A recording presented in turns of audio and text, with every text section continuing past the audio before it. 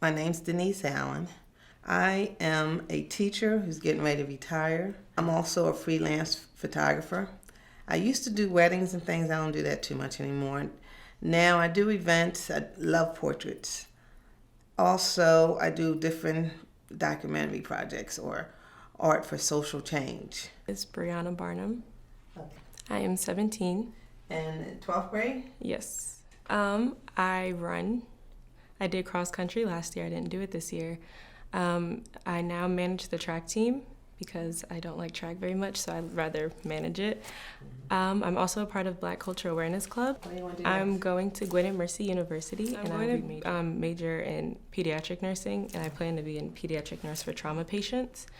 And all my cousins are nurses, and I've seen how they interact with their patients and stuff, and I even got to meet one of their patients, and I thought after that I was I have to do this. I already love kids, and to be able to help them out and then interact so nicely with them, so it's really serious. And I think it's because if you watch a kid and you see that they're really hurt, and then you can watch them grow and become better and healthier, it's a really positive feeling, I guess you get.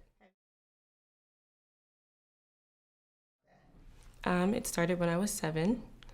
It was little spots the size of a quarter. At first, my mom didn't say anything. When she would do my hair, she kind of just brushed over it. And then one day I was in the shower and I felt my head and I was like, oh my gosh, what is that? So I ran. I was like, Mom, my hair is coming out. And she's like, I know. She's like, I talked to your doctor and they said that you have alopecia.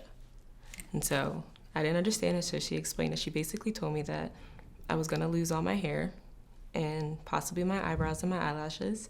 And I was devastated. You're 7 years old in a world where kids are cruel. Everyone can be cruel, but especially kids. And they teased a lot. And it was really hard because everyone else had hair and long, pretty hair, and they would flip it around and that kind of stuff. And then I'm just sitting there oh. So then it started coming out. Then I lost my eyebrows, and then I lost my eyelashes. I just felt ugly because everyone would look at me in public or they'll point at me. It was just a really hard time. Couple years ago, it was almost 2 years ago when it started.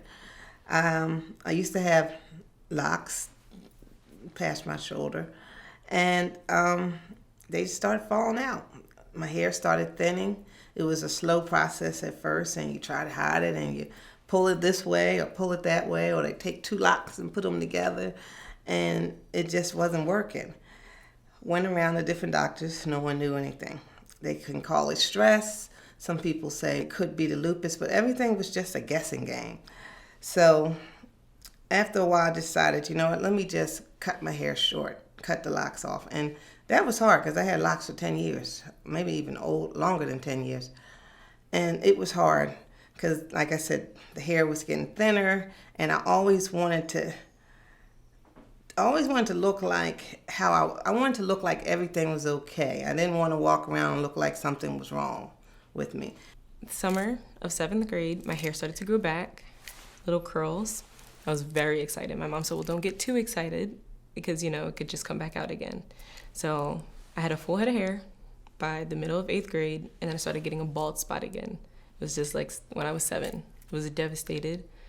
And then it didn't stop. It kept thinning, and it got to a point where something was really wrong with me because I was really tired.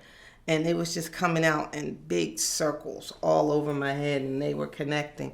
And it really looked like I was sick.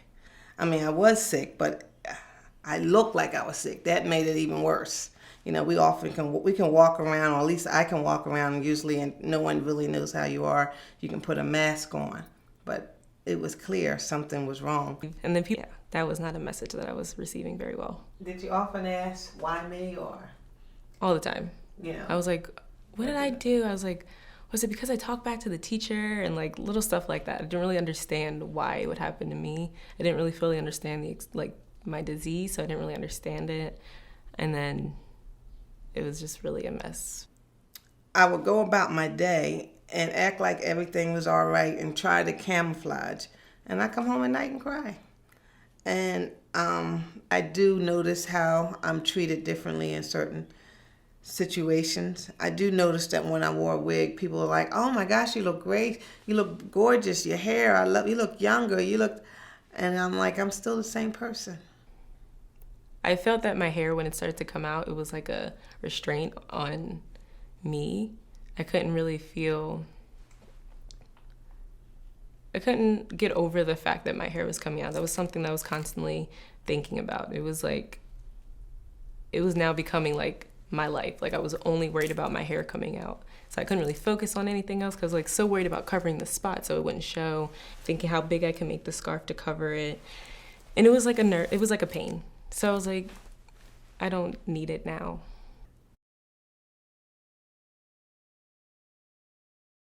One day I just woke up and I said, Mom, I want to shave my head. And she looked at me and she's like, are you sure? I was like, I'm positive. So the next day we went to a little barbershop in Ambler. My Aunt Kelly's father actually cut my hair, and that was that. First of all, I'm tired of crying about this. I'm tired of dealing with this issue, and just prayer. And I asked God, what is I supposed to know? And it came clear to me. Instead of saying, why me, I started saying, why not me? I got to grow. I don't get to choose. I just got to grow. So what's the lesson? Let me get it. And things came back to me just like the photography, where I always know that you have to project out what you want. Not as strong-minded as I am now, I feel that I'm more mature because of it. And it's definitely like a big step. When you shave your head at like 13, you don't usually do that. So I feel like that definitely, like, people expected more from me from that. Because now, like, you just shaved your head, at 13 years old. And I do definitely feel like a stronger person. And I feel like I can help other people who are going through certain things like this, not just losing their hair, but any tiny thing, insecurity they feel about themselves. I feel like I can help them because I've been through something like that for a long, time, majority of my life.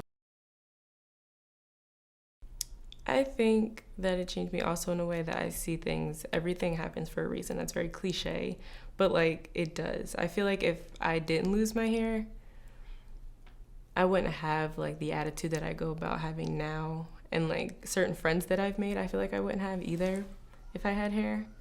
And different people that I've met and stuff like that. I do feel like everything does happen for a reason, and that nothing is put on you that you can't handle. So I feel like I definitely learned that from this. So now I can look at things like any other problem that comes my way. I know I can handle it because I handled this.